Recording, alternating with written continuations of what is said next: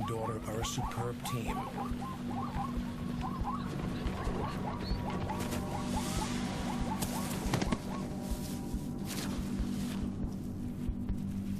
Their success feeds a growing pride.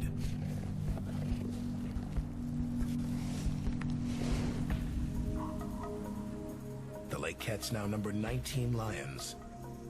Such a huge neighbor. But this one is trapped.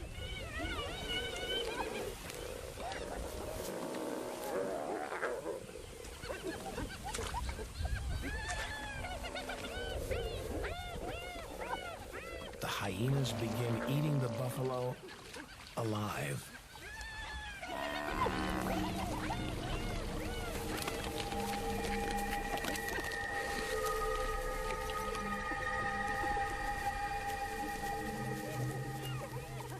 They work quickly before lions and other hyenas discover their feast.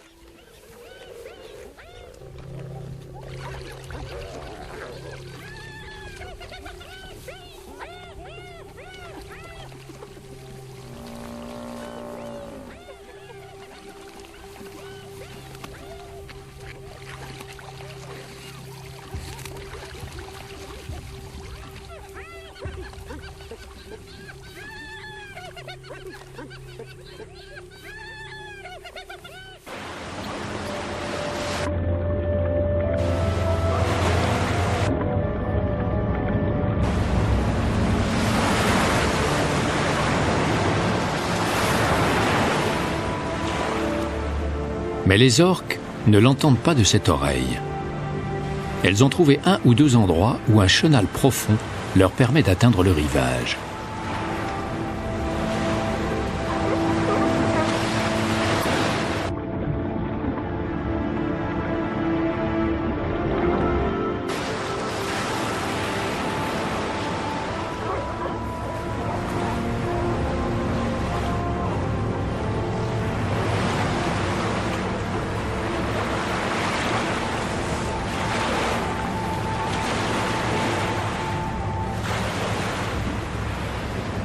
Les orques sont parfois 3 à attaquer en même temps.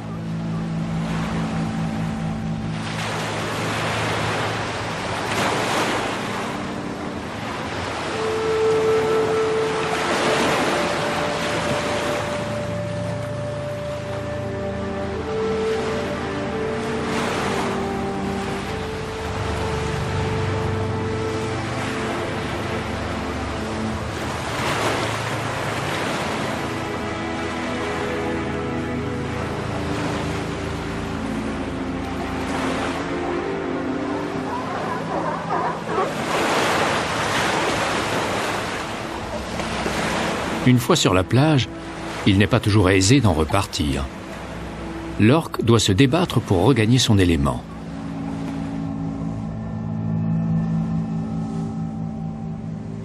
Les orques passent pour de grands amateurs de chasse. Elles aiment les frissons que la chasse procure, même si elles prennent le risque de s'échouer. Souvent, elles ne dévorent même pas leurs victimes. C'est l'une des raisons qui leur vaut l'autre nom de baleines tueuses.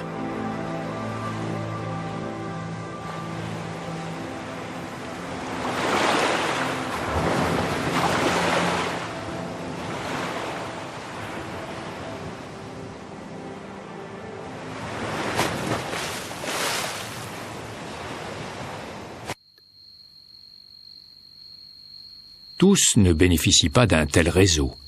Certains doivent se défendre seuls face à la menace. La grenouille taureau, par exemple.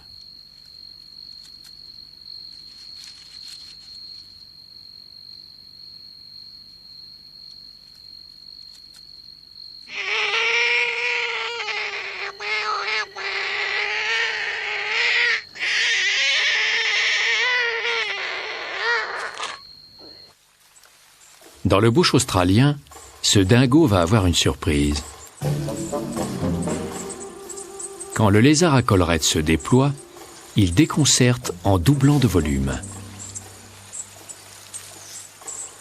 Ça lui permet de gagner assez de temps pour s'échapper.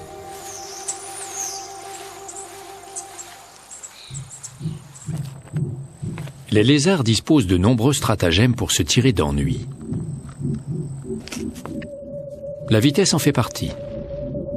Le lézard à collier possède des pattes arrière très développées qui le mettent à l'abri du prédateur le plus vif.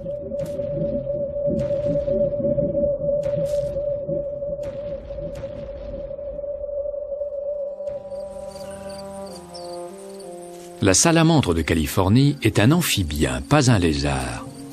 Son corps est d'une extrême souplesse et sa queue lui sert parfois de cinquième patte.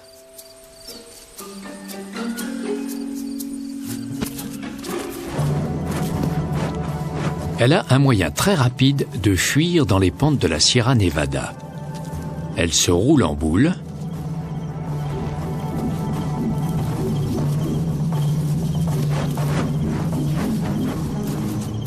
puis se déplie à l'arrivée sans une égratignure.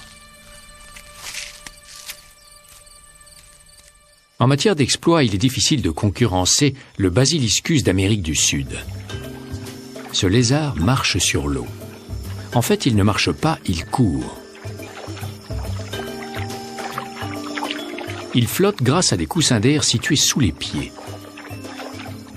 Mais le miracle se prolonge peu de temps. Cerné par des prédateurs potentiels, le Basiliscus les laisse souvent en plan.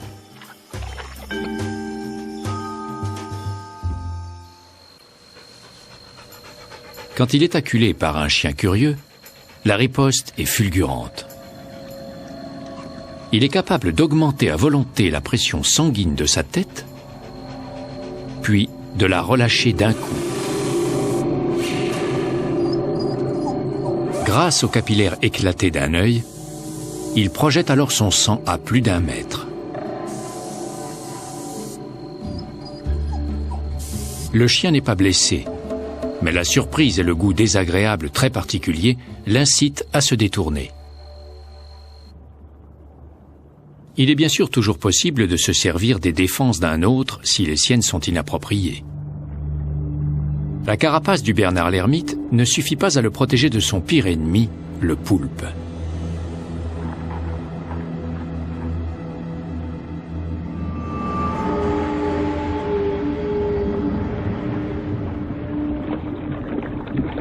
Il a besoin de renfort.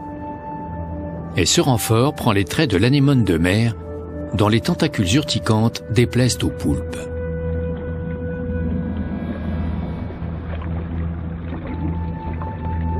Le Bernard l'ermite a amadoué 3 anémones de mer qui se sont installées sur sa coquille.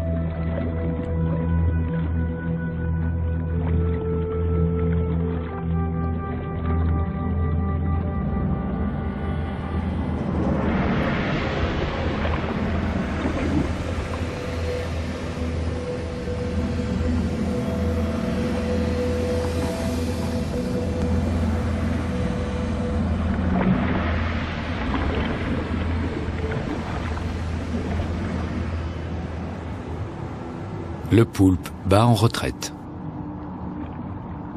Le crabe repart chercher de la nourriture. Les restes de son prochain repas récompenseront les anémones.